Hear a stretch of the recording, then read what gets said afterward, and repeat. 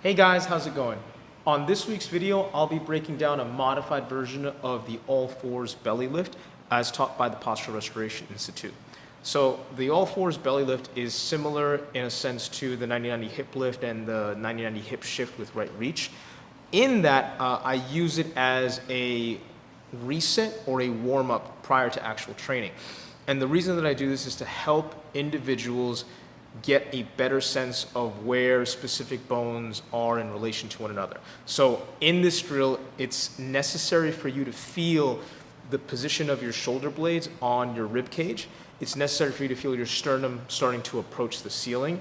You're going to want to feel a lot of weight on the heels of your palm. You're going to want to maintain a posterior pelvic tilt, but you're not going to want to just round or flex your spine wherever you can. So it's a very concentrated effort in making sure you get authentic protraction and maintaining pelvic position. So with people that are a little bit more comfortable with this drill, you may also start to feel hamstrings as well, even in this bilateral setup. So one of the things to keep in mind during the setup for this drill is that just like the 90-90 drills and all of the other exercises that I've shown up to this point, this is not a strength building exercise. This is not to strengthen your serratus, to strengthen your obliques or any of that. This is for you to acquire more data throughout this position, to find a position in relation to all the bones in your body, and then to exhale completely and maintain this position, maintain the sensorial feedback that you're going to acquire in a second through an inhale. Okay? Because if you're just trying to do like a variation of the cat camel and then you're trying to breathe really hard, but nothing sticks, you don't sense the things that I'm asking you to sense, the usefulness or the effectiveness of this drill is going to go right out the window. Okay? So it's very important that you approach this with a beginner's mind and to try to see how much sensorial feedback you can get from the setup in this drill. So what it's going to look like is this.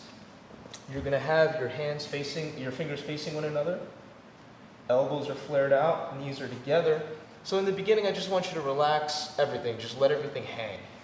Okay? So you're going to see that my rib cage is thrusting towards the ground. You're going to leave this part alone. You're not going to worry about this too much. Now notice my upper back. I'm going to be aware of the medial portion of my shoulder blades.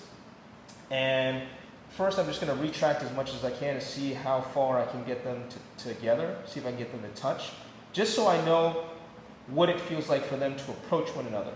Now, once I have that, I'm going to push myself away from the ground and try to get the edges of the medial borders of my scapula to go as far apart as possible. So I'm going to keep going, keep going, keep going, keep going, keep going.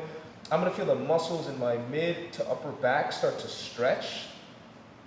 And I'm going to want that spot, that portion of that spine that's in between the shoulder blades to actually rise up beyond the level of the shoulder blades. Keep your head down, just drop it. You don't want to tuck your chin in this drill. So keep going, keep going. You're going to finally get a decent amount of separation. You might start shaking. You're going to feel serratus in this position. So from here, you're going to tuck your pelvis and breathe like with the other drills.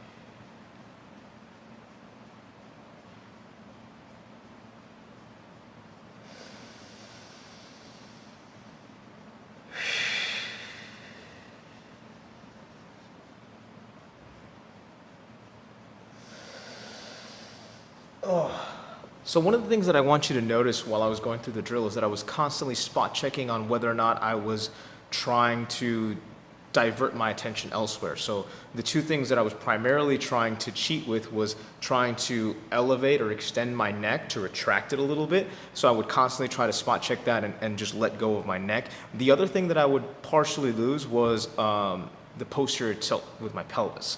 So as the movement that you could see that wasn't the actual pushing away and the exhaling and inhaling, those were the two cheats that I had.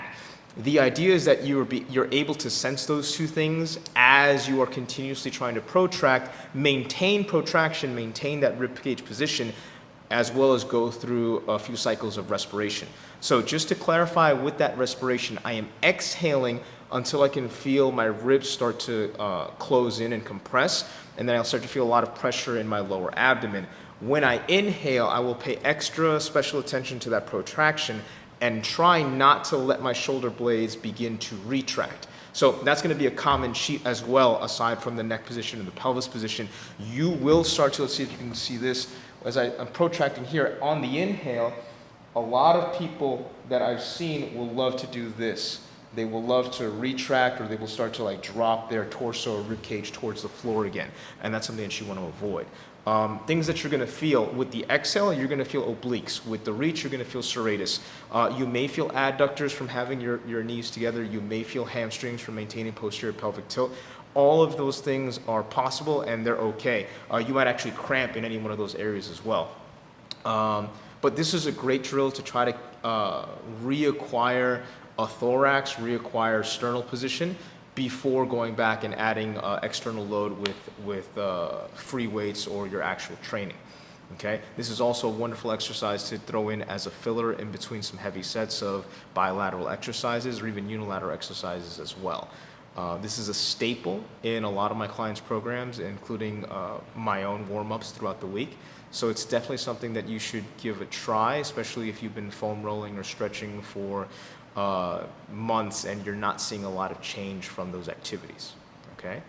So that's it for this week, and I will catch you next Tuesday.